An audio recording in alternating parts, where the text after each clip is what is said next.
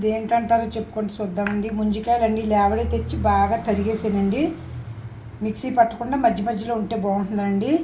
పాలతో చేయకుండా నేను ఏదైనా సరే నేను పెరుగుతోనే చేద్దాం అనుకుంటున్నానండి.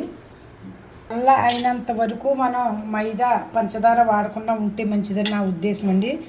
మైదా పంచదార ప్లాస్టిక్లో ఉడకబెడితే బోల్డ్ మంది లైకులు కొడుతున్నారండి. లైకులు కట్టకపోయినా పర్లేదు కానండి, ఒకళ్ళు పాడు చేసి పనులు అయితే నేను చెప్పనండి. పాలు కూడా మీకు ఎండాకాలం తెలుసు కదండి, వేడండి. మరి అందరూ కొంతమంది పాలతో లస్సీ చేసి చూపిస్తున్నారు, సర్బత్ అంటున్నారు. పాలతో సర్బత్ ఎప్పుడన్నా అవుతుందండి? అవ్వదండి. ఇదిగోండి నేను ఒరిజినల్ పెరుగు తీసుకున్నానండి. ఇంట్లో పెరుగు నేను మరగబెట్టుకున్నదండి. ఫ్రిడ్జ్లోది నేను ఐస్ కానీ వాటర్ కానీ వాడనండి. మన ఫ్రిడ్జ్ ఉంది చూసారండి, కుండ ఫ్రిడ్జ్, దాన్ని వాడతానండి.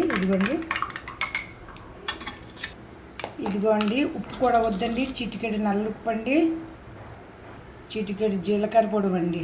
మా ఇంట్లో పెరుగు అయితే పులిస్తే తినమండి, అందుకని తీగానే ఉంటుందండి పెరుగు. ఇదిగోండి ఒక్క పుదీనా ఆకండి. పుదీనా పచ్చిది మీకు ఎంతో మంచిదండి. మరి నేను ఐస్ వేయట్లేదండి. ఐస్ వేయటానికి అట్రాక్షన్గా బాగానే ఉంటుంది కలర్లు వేస్తే కానండి, కానీ పనికిరాని నాకు భయం అండి. నేను ముందే చెప్పాను కదండి, నేను అందరికీ వ్యతిరేకమేనండి. నేను నాకు నచ్చిన విధంగా నేను చేసానండి.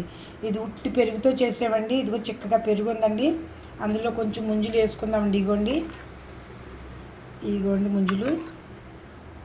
ఇగోండి పొట్టకు సలవ చేస్తుందో వేడి చేస్తుందో మీరే చెప్పండి, దాన్ని పెట్టండి. పాలతో మీకు సేమియా అయినా సరిపోతుంది. పాలతో చేస్తే సలవ అంటున్నారండి. సేమియా పాలతో చేస్తే సలవ కాదండి, సగ్గుబియ్యం నీటిలో ఉడకబెడితేనే సలవండి. ఇదిగోండి అవసరమైతే 2 బొట్లు నిమ్మకాయ వేసుకోవచ్చండి. ఉప్పు కూడా వేయట్లేదండి నేనండి. నల్లుప్పు వేసాం కదండి, నల్లుప్పు మంచిదండి, టేస్ట్ అజీబ్ టేస్ట్ వస్తుందండి. గోల్గప్పలు అట్లా వేస్తారు కదా, ఆ ఉప్పు అనమాట. ఇదిగోండి కావాలంటే పైనుంచి మన ఎండాకాలం కూల్ ఏంటి ముంజికాయలు లస్సీ తయారైపోయిందండి. ఈజీగా అండి. ఎవరన్నా చుట్టాలు వచ్చినా టీ అనేసి ఇలా ఇచ్చుకోండి, మంచి బాగుంటుందండి.